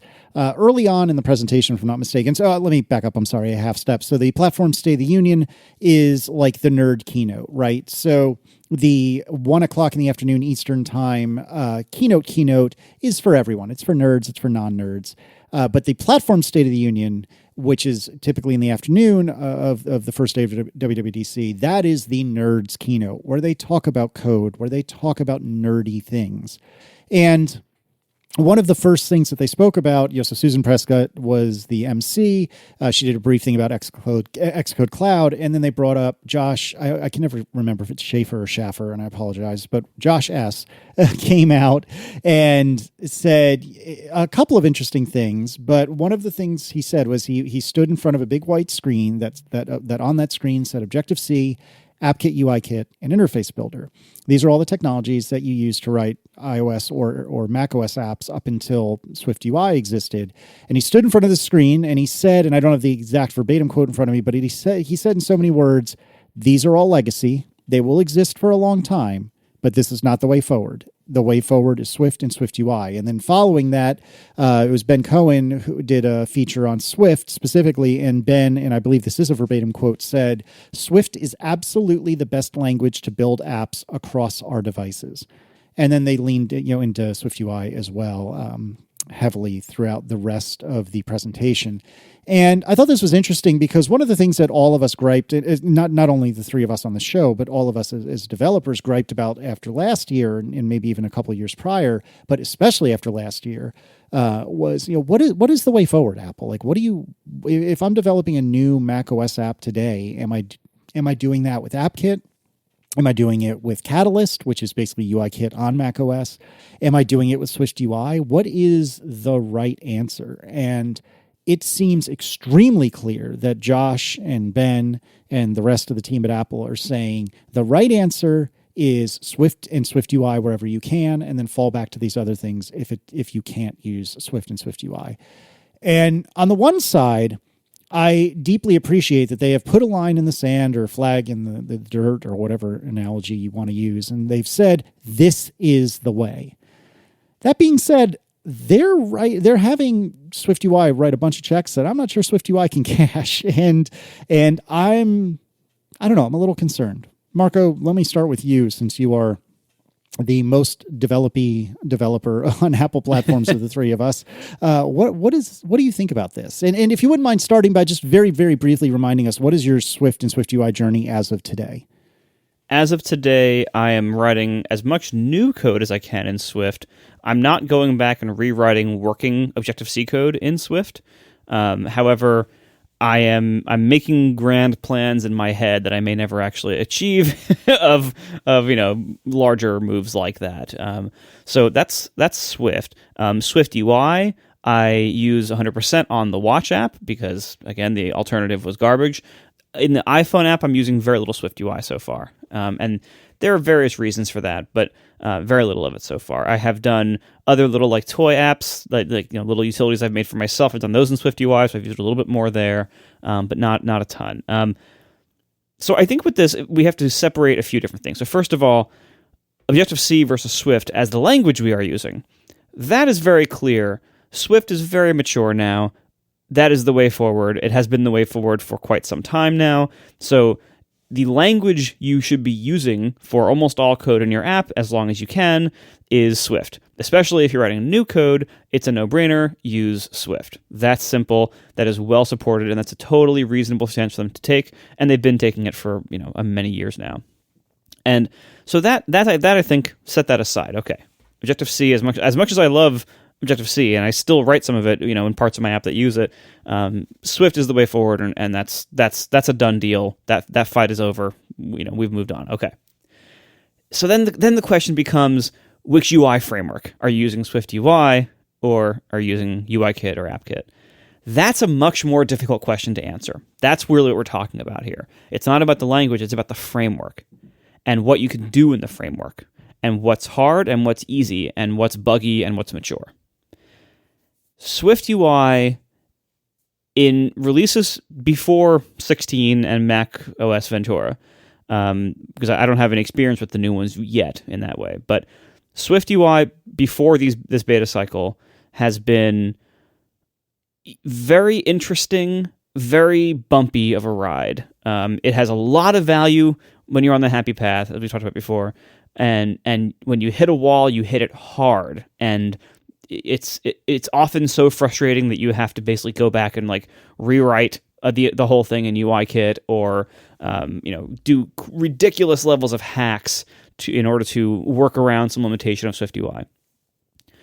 based on what I've seen so far with the new stuff, it seems like they are making progress towards removing more and more of those needs for those hacks, but there are still a lot left. And some of them I think are inherent to SwiftUI and just the architecture that it has and the whole idea of declarative UI framework. Like some of that, certain hacks are necessary just to fit into that paradigm. And so that's going to be a problem to some degree forever.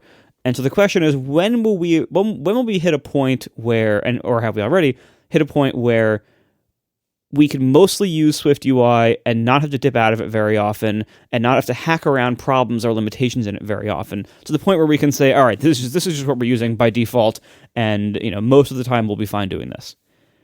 And I don't know that we've reached that point yet. SwiftUI is still very, very early. Still, it's what, about 4 years old, something like that? I believe that's right. In public, at least. I know it was on the watch in development for a few years before that, but it's very, very young in the public world, and it's not evenly aged and evenly mature on all platforms. It's, for instance, as we talked about last week, what you get with SwiftUI code is worse on the Mac than it is on iOS. And what you get on iOS is worse than what you get on watchOS. Clearly there's like a hierarchy of maturity here. watchOS is at the top. watchOS SwiftUI, done. It's great. It's fine. Just use it.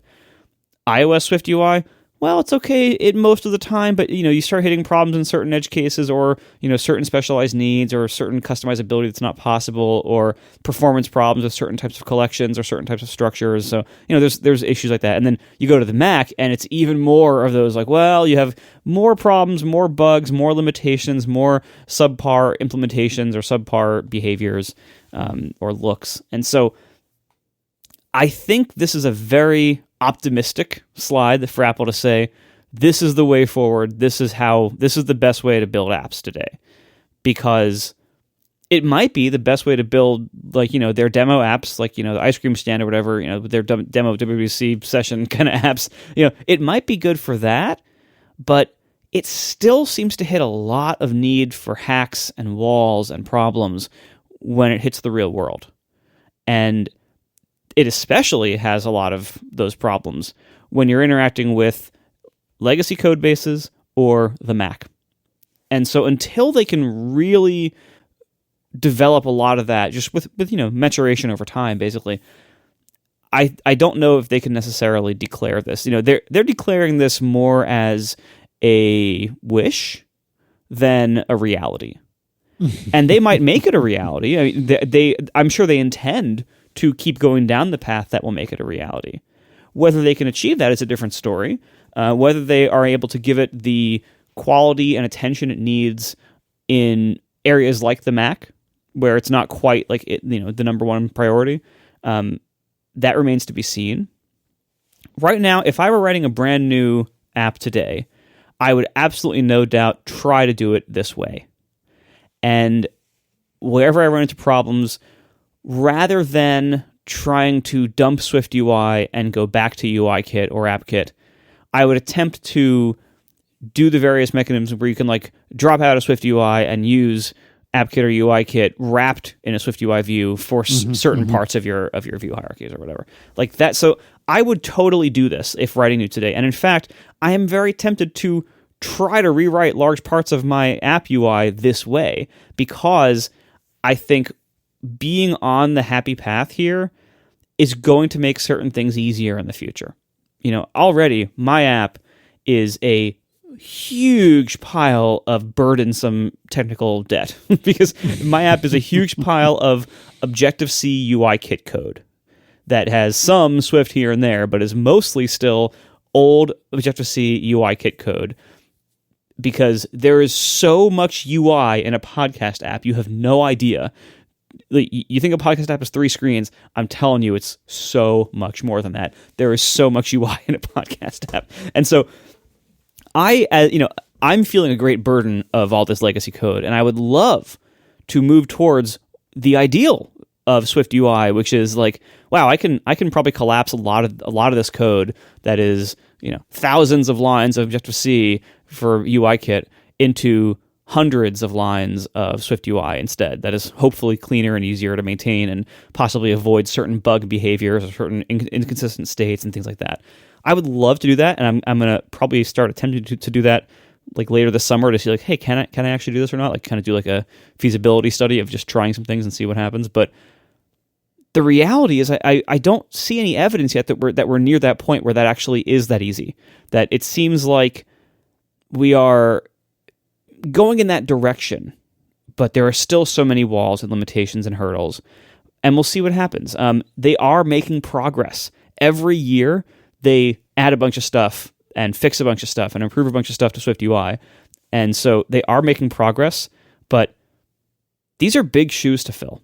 Like, you're asking people to throw away all of the old frameworks that they know and and everything they know about them for a totally different, not only a totally different library for making UIs, but a whole different paradigm of how you make UIs and how data flows through apps. And that's really hard, complicated stuff for all of us, for them to implement and for us to learn and to change our mental models and behaviors and architectures for.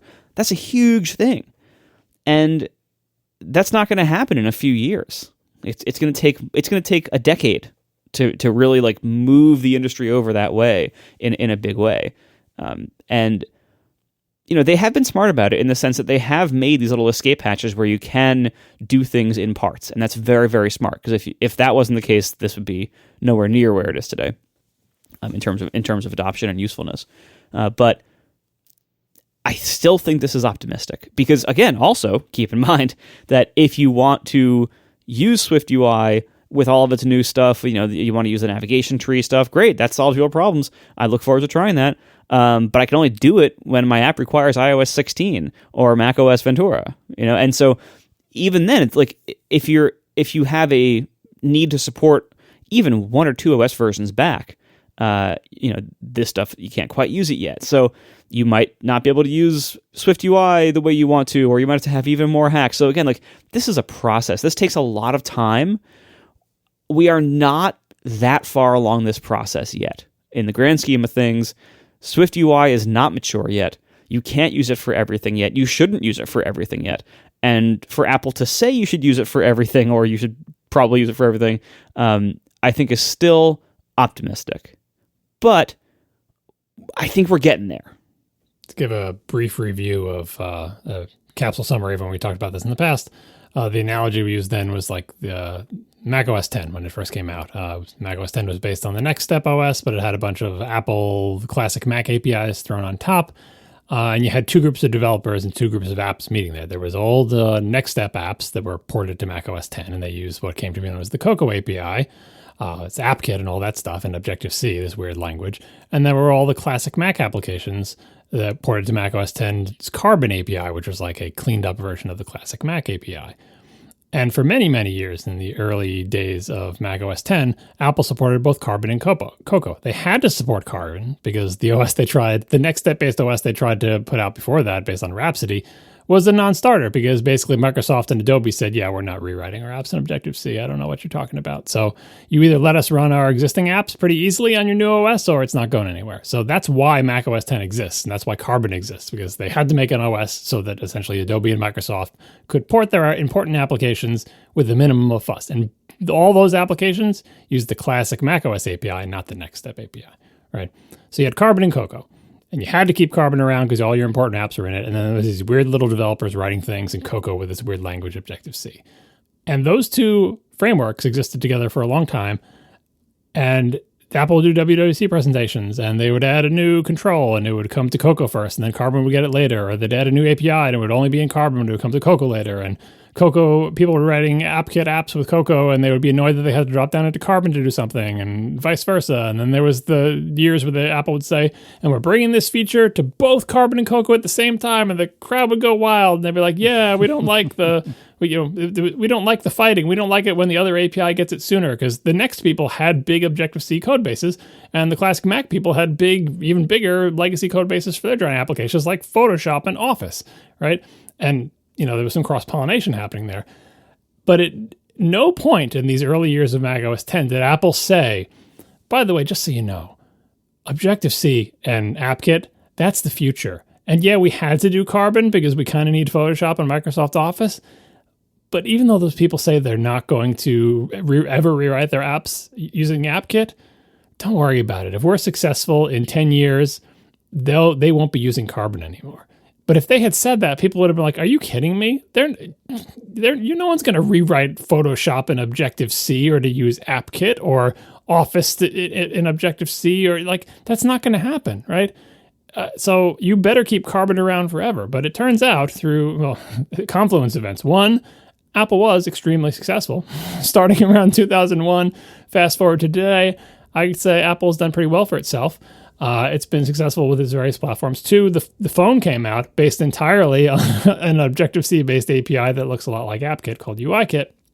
And that made that skill set very popular and valuable. And then three, big applications ended up being written in these weird ass cross-platform UI things anyway. Like, what the hell is Photoshop? Like, I'm sure under the covers, it's probably got a bunch of Objective-C AppKit-y stuff, but their UI framework is not standard AppKit controls, and it certainly isn't Carbon anymore. And that's the little, cherry at the end of this. Hey, whatever happened to Carbon anyway? Well, after years and years of Apple saying, we support both Carbon and Cocoa, they're both great APIs. Use the one that's best for your code base, blah, blah, blah, blah, blah. It came time to do the 64-bit transition, and despite developing, promising, and I believe even maybe shipping to some developers a 64-bit version of Carbon, actually someone made the call, the very difficult call, inside Apple to say, yeah, we've changed our mind. Carbon is not coming to 64-bit. We're choosing this opportunity, this biddedness transition, to say, you're not going to be able to write a Carbon app for 64-bit. Not for technical reasons, because we've got it. It's here. It's working. But here's how we're kind of... It's like someone who breaks up with you by just being a jerk to you constantly until you break up with them, right? No. Like, instead of actually having the conversation to say, we've decided Objective-C and AppKit is the future. I know this is hard to hear, but that's the future. Instead of doing that, they just said, Carbon's not coming to 64-bit. We still support Carbon. It's great, but it's not coming to 64-bit. And that's the end of Carbon, because eventually all apps are 64-bit. Eventually, you can't even run 32-bit apps anymore, right? Like, the writing was on the wall. So everybody who had a Carbon app, it's like, we didn't know how to tell you this, but Objective-C. Remember that weird thing with the square brackets? Yeah, you better learn that now. That's your future. And I think that legacy of like how they handled that, I think they learned from that, because this presentation was them trying to say in a nice way, this is the direction we're heading in. Before we're not there yet, as Marco amply pointed out. We are not there yet, but we're saying directionally, we're headed that way. And that way is Swift and SwiftUI. And again, Swift is fairly well settled. I think they did that pretty well too. Like, the first year Swift came out, all the WWDC slides had all their examples in both Swift and Objective-C. But 3 years after that or whatever, the writing was on the wall. It's going to be Swift. And now, Objective-C, what's that? It's the code that's in the parts of your application you haven't touched in a while. Swift is very well established. But the API question was an open one, especially on the Mac. This is where we've talked about it a lot. Because the Mac had this weird thing where you had AppKit, and then you had Catalyst, which was UIKit on the Mac, and then you had SwiftUI on the Mac. So you had three APIs. Like, how the hell am I supposed to write a Mac app? Well, which one of these am I supposed to use? Because, AppKit and SwiftUI would be bad enough, but now there's UIKit. So does that mean, like, AppKit is going away, but it's being replaced by UIKit, and Catalyst is the way forward? But then what the heck is SwiftUI? Or am I supposed to be mixing SwiftUI and UIKit on the Mac and ignoring AppKit? Or is AppKit the one true way to do it and just mixing SwiftUI into that? This slide answers that question. Directionally, where we are going on every single one of our platforms is Swift and SwiftUI. And unlike with the Carbon thing where they just said, oh, and by the way, AppKit won't be supported next year, they had what they said on this slide. They didn't say any of this was legacy. That's the subtext. But the text was, Objective-C, AppKit, and UIKit, and Interface Builder are great technologies. They brought us to where we are today, and they will be supported for many, many years in the future. Because remember, all these things, Objective-C, AppKit, UIKit, and Interface Builder, they're all 64-bit. There's no big transition coming up on the side. And Apple itself has huge amounts of code written in Objective-C, AppKit, UIKit using Interface Builder. They are probably the biggest legacy code base of this stuff, especially now that, like, Photoshop and probably Microsoft or whatever are using whatever weird OS framework, in-house things that they built, right? Apple is the largest, probably has the largest, most important code base using these quote-unquote legacy technologies. So Apple can't get rid of any of this stuff until and unless they port all of those apps, and that's not going to happen for friggin' ever. So don't worry about an app you wrote using AppKit not working in 2 years. or UIKit or, Objective-C not running anymore, like those apps will continue to function. You'll be able to continue to build them. You have to be able to. But directionally, we are going to SwiftUI and Swift. And we are very far from that. This is just a big directional sign in this, but I think it is a sign of maturity to solve the question that we kept having, which is like, I don't know what I'm supposed to do. I have all these APIs available to me. What is the path forward? Because Apple in all past years was like, look, you can mix and match them and you can use them where appropriate. And if your app has this, you can use that and you can use this. And it's like, okay, but where do we go from here? Like, I don't know where to put my effort. Should I continue to build 50% of my app in UIKit and 50% in SwiftUI, or should I just make it a pure AppKit app with dollops of SwiftUI sprinkled in it? Or you'd say, I can't make my app 100% in SwiftUI, so what am I supposed to do? Knowing that essentially AppKit, UIKit, and Interface Builder are not going to be the way forward is clarifying for everybody involved. And it's great for them to say that before those technologies are dropped, because I don't think they're going to be dropped for like a decade, right? So now there is clarity on both sides. Apple can continue to do what it was doing, but now we actually know which direction they're heading. What they were doing is every year will make SwiftUI better. And hopefully, eventually, you'll be able to use it to do everything your app can do. But we're so far from that now that even my dinky, stupid little app that has one thing on the screen, I can't even implement Switch Glass in pure SwiftUI today.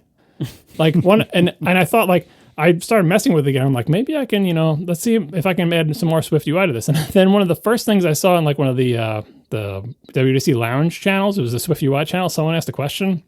Because just this year, they said, hey, you can do a menu extra in SwiftUI. The little menu icons that you have in your menu bar, it's called a menu extra.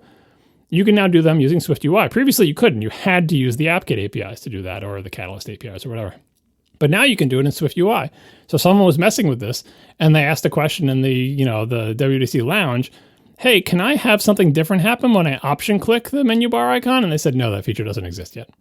Oh my gosh. That's a feature of my app. You option click on things and it cycles the behavior. And the answer was not like, oh, here's a workaround, or you got to capture the keystroke yourself or whatever. It's like, you literally can't do that.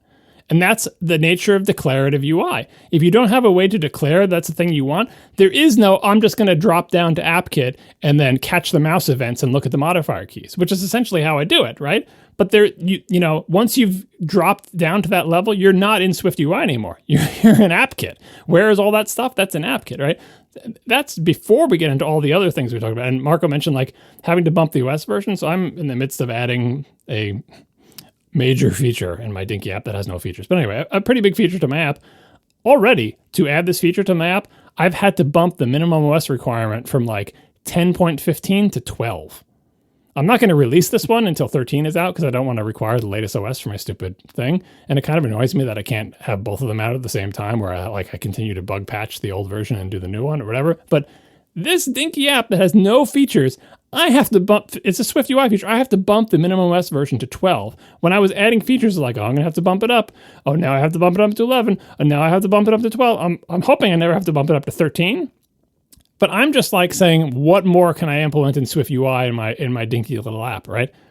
That's how far SwiftUI is from being a full solution to this. It is so far away from it that you can't even do the most trivial application if it wants to be a well-behaved Mac application, which my thing tries to be. Like having sort of some depth of features. It's not just like the food truck application or whatever. Some depth of features like, oh, who would ever want to option click on a menu bar icon on the Mac?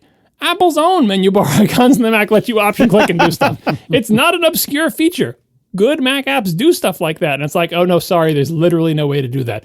Can I get mouse events? Like, no. Well, you tell us why you want mouse events and we'll implement. It's like, no, sometimes you need to intercept events. Sometimes I need to like have access to the responder chain or see what modifier keys are held down or whatever. Why would you ever need to do that? Just tell us and we'll make a SwiftUI modifier for it. It's like, you're never going to be able to, you'll be chasing your tail forever. There needs to be some sort of underlying way to do that. But anyway, the clarity of this presentation of the State of the Union was directional. Apple is headed here. Now, developers, you know what we're trying to do. We haven't done it yet. We're not saying we've done it yet, but you know what we're trying to do. And so if you're going to make decisions based on what Apple is trying to do, which is, a good thing, like Apple doesn't tend to give you roadmaps, but if you know what they're trying to do, then you can make much smarter decisions about what you want to do in your app. doesn't make it any more possible for you to make your app using SwiftUI entirely from top to bottom today, but it lets you make decisions about the future. And I think this is a very mature thing for Apple to do. And I think you haven't seen a lot of people yelling about it because we're glad to get some kind of roadmap. And unlike the Carbon and Cocoa era, right, they're not saying like all your hard work from before, throw it in the garbage and rewrite everything, right? That I think we're all kind of used to the way Apple does things in the more modern era to say, I feel secure in my investment in my giant application that's based on AppKit or UIKit or whatever, that Apple is going to protect that. But in the meantime, I know for all my future work, here's the direction I'm going to be going in. And I will continue to struggle to use SwiftUI as much as I can, falling back to UIKit or AppKit when I need to, giving feedback to Apple about the shortcomings, and together we will continue that cycle. But now the directionality is clear. Now I know that we're not going to perpetually have SwiftUI layered on top of another more full-featured API that's like the real thing under the covers. Yeah, I don't know. I'm a bit of a SwiftUI apologist because I do think there's a lot to like there, but it's been quite frustrating because the 2 or 3 things that have been delivered in this release, at least at a glance, and I've only spent a little bit of time looking at it so far, but at a glance, none of these things work for Masquerade. Like they're exactly what I need for Masquerade, but for various uninteresting reasons, they just don't get me 100% of the way there. So for all of these 2 or 3 things that I'm looking at, I'm probably going to have to continue to use my god-awful hacks. This is sounding familiar, Marco. I don't mean that to be insulting. I'm just saying, like, I have this I have my own pile of god-awful hacks, and I don't want them there. I'd rather use the #blessed way of doing things, but for whatever reason, it just isn't 100%. I have my own, you can't right-click kind of scenarios and situations, and it's frustrating, even though so much about SwiftUI I really do like quite a bit, and I really do admire what they're trying to do with it. But like both of you have said, they're just not they're not quite there yet, and I don't know how long it's going to take, but we're certainly not there yet. Yeah, I think there's going to be a long tail of like, if the goal state is, there is no sort of low-level API, there is no AppKit or UIKit under there, because eventually, if those APIs will eventually go away, and it'll just be SwiftUI, right? But if it's just SwiftUI, and if SwiftUI is declarative, and if it doesn't have a way to do the thing, you're stuck. Like, there's lots of weird things you can't do. Like, give examples from SwitchGlass, which is a little palette of icons lets you switch between applications. I have a bunch of weird-ass invisible windows floating around there. So like when you move the palette off the edge of the screen, you can still slam the cursor against the edge of the screen and click, and you look like you're missing the palette, but you're actually hitting like the empty space between it and the edge of the screen. That's an invisible window that I own. And I transfer that click to the icon that you didn't click on. Same thing with activation, like with the auto hiding thing. There's an auto hide region in a bunch of invisible windows sized and shape a certain size that when your mouse enters them, that the thing slides out. All that stuff, like being able to have a low-level API to make invisible windows and to take events that happen in those invisible windows, like to sort of intercept low-level events that happen in those invisible windows and chuck those events to a different responder chain and have it be as if you had clicked on the button in a whole different thing. Like SwiftUI has no facility to do that. SwiftUI doesn't let you take like controls and let them span multiple windows. Like it's just like that plumbing is obviously under there, sort of event tracking and everything, but you don't have access to that plumbing, or at least you don't in any sort of, reasonable way. Whereas AppKit is based on that plumbing. Everything you do in AppKit is like that. The AppKit has fundamental, major building blocks that are all about capturing, NS event, capturing event, the responder chain, instantiating windows, styling those windows, moving them around. Like that is how AppKit is built, and that is not how SwiftUI is built. So using AppKit to run a big SwiftUI view with a bunch of AppKit crap around it, I can do that because of the interoperability. But if you took away AppKit, my app just doesn't work anymore, right? Or it's worse. Like, oh, sorry, you can't do that because SwiftUI can't, take events from one window and chuck them into another. In fact, we don't have events at all. You just have to tell me some state that's changing. And then, it's like, I do worry that they'll sort of get to the 90% solution where normal regular apps, even the ones that let you option click on menu bar icons, those you can do in SwiftUI. But if you want to do something a little bit outside that, tough luck, we don't want your apps on the Mac anymore. Kind of like it is on iOS, not to slam iOS here, but there's a whole bunch of apps that are possible on the Mac that are not possible on iOS because Apple's decided we don't want that kind of app on our phones, right? Sometimes it's for good reasons, but sometimes it's just like, oh, we don't want that. Like system extension type applications or applications that, jailbreak type applications that put a little floating thing on your screen like Apple's accessibility controls. Why can't a third-party app do that? No, that's not something we want. In the same way that for a long time, Apple didn't want third-party keyboards on the phone. So it's not like we don't progress in that area, but I do worry that the switch to SwiftUI 5-10 years from now will further narrow the types of applications that are possible on the Mac, and that will be sad for me. Thanks to our sponsors this week, Memberful, Green Chef, and Trade Coffee. And thanks to our members who support us directly. You can join atp.fm/join. We will talk to you next week. Now the show is over. They didn't even mean to begin, 'cause it was accidental. Oh, it was accidental. John didn't do any research. Marco and Casey wouldn't let him, 'cause it was accidental. Oh, it was accidental. And you can find the show notes at atp.fm. And if you're into Twitter, you can follow them at CASEYLISS. So that's Casey Liss, MARCOARMENT, Marco Arment, SIRAC, USA Syracuse. It's accidental. They didn't mean to. Accidental. Tech podcast so long. So my deal with my Microsoft mouse where it wasn't working and I bought a backup one and I got my old one replaced or whatever. Do you have more mice or more keyboards or more cheese graters? I'm assuming cheese graters. Cheese graters for sure. This mouse though, Goodness. I like this mouse, but I have two of them now and both of them have something wrong with them that annoys me. And I don't know what to do about it. I don't think I can keep buying this $99 mouse, but it annoys me. All right, so I can't at this point. I can't even keep track of which is the one that was replaced and which is the one that I bought brand new as a backup. But it doesn't really matter. One of them, the scroll wheel, which used to be dead silent, now goes and starts making noise. Some scroll wheels always make noise, but this one isn't supposed to make noise.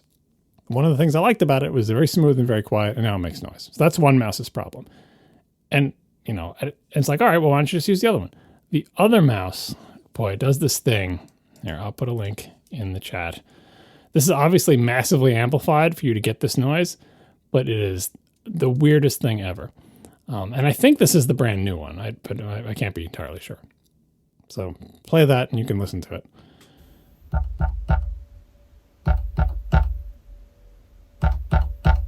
So this sound that hopefully Marco just put into the show so you could hear it. Here's what it is. I have a keyboard tray. It's actually a metal keyboard tray. It's very sturdy.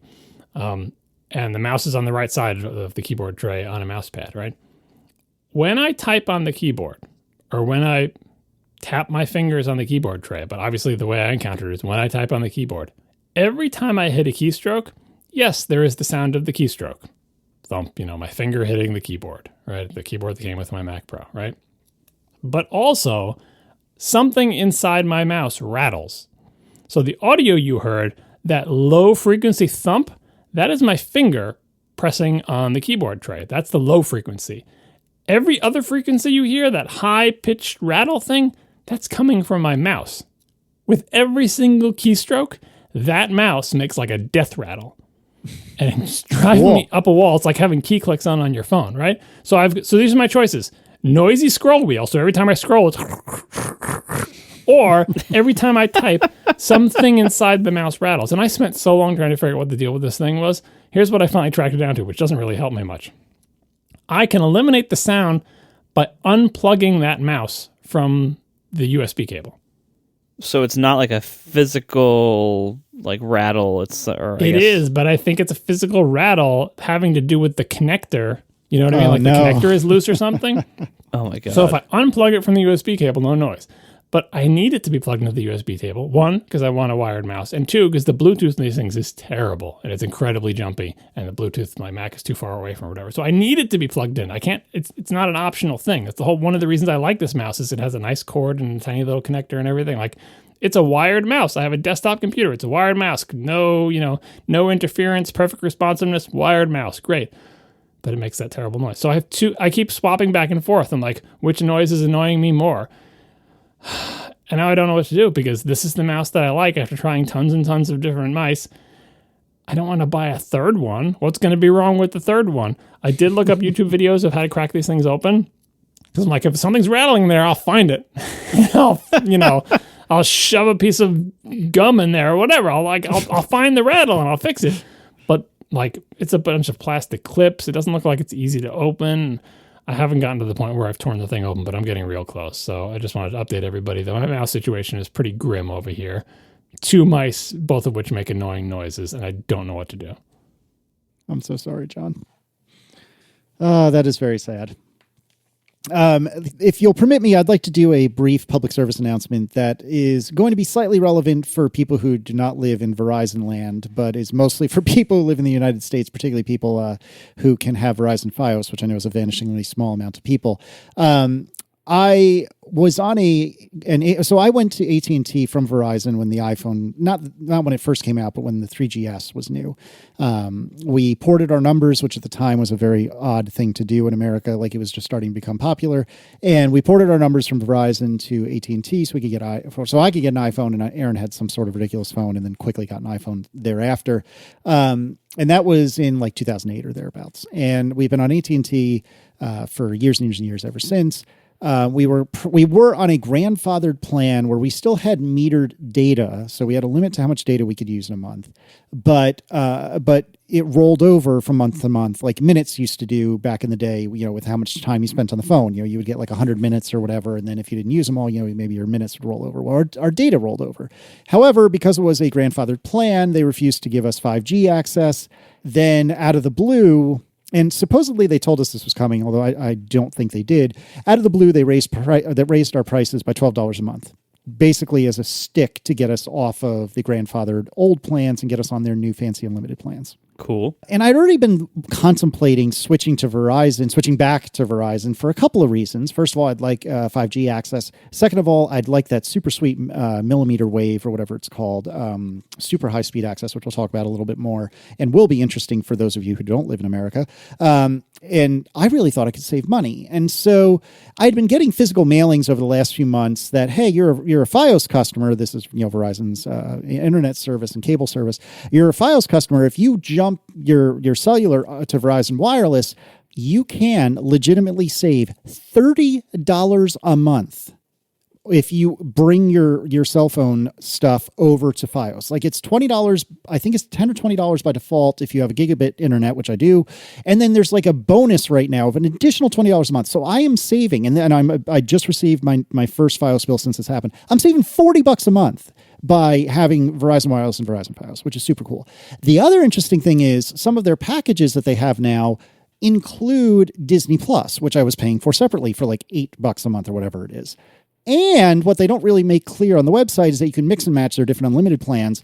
And so there's the plan that has Disney Plus and also has Hulu and ESPN Plus and Apple Arcade, which I'm already paying for separately. But I wasn't getting Hulu or ESPN Plus, so now I get that, which is kind of cool. But they also have a different plan that doesn't have all the entertainment stuff, but you get half off on a watch or a tablet or what have you. And if you remember, I whined and moaned for like 6 years about how I was paying for my Apple Watch like $15 a month because of fees and taxes and so on and so forth. Well, because I don't really run anymore, I thought, well, I don't really need my Apple Watch to have service, but my iPad, it would be cool if that had service. And so I'm getting that for only like $10 a month, I think, if I'm not mistaken. So all told, I am, once the initial bill where they absolutely fleece you with, connection fees and activation fees and so on and so forth, I'm going to be saving a whole pile of money. And then if you do it right now, they're giving you $500 gift cards per phone that you bring if you bring your own phone. So hypothetically, I'm getting $1,000 of Verizon gift cards that I can use for my service. So I'm getting like a year of service for free. So we are sponsored this week by Verizon Wireless. Right? I'm saying. This is like that keynote thing where you two were all angry because they kept saying Verizon all the Verizon time. 5G. Verizon 5G. It's so, but apparently it worked, man, because I'm saving a pile of money and I'm super excited about it. Did you save it extra quickly thanks to Verizon's new 5G ultra-fast wireless network? Well, it's funny you bring that up because I've looked into a little bit what this millimeter wave thing is that they did talk about that. I think that same year that you're referring to. Wave. Yeah, that's going to be the new name. I wish you hadn't said that because now I cannot unhear it. So as it turns out, don't be creepy. There's what appears to be a couple of wave towers in downtown Richmond. One of the places that I would occasionally park my body, which happens to be a park, poor choice of words there, but one of the places I would go to work that was not my home is a park that is within eyeshot of the wave-enabled tower. And one of the things about wave is that you really don't get wave service unless you can literally see the tower from where you're standing. Well, with all that said, because I'm a nerd and I have too much time on my hands, I decided to go, before I even tried working there, I tried to go to the wave tower and do a speed test just to see, okay, is this really as fast as people say? And I'm not going to be able to dig up the link, but like when Gruber reviewed, what was the iPhone 12 maybe it was the 13, he found an wave tower in Philly, and he said, no, really, it's bananas fast. I've done 2 different tests against this tower, once when I was legitimately working and once when I just drove there because I'm a nerd. Both of these tests, I was getting over 2 gigabits down. My fiber optic cable going to my house, a physical cable going to my house, tops out at about 1,000 megabits per second. I'm looking at my speed test results, 2,086 megabits per second from the freaking air.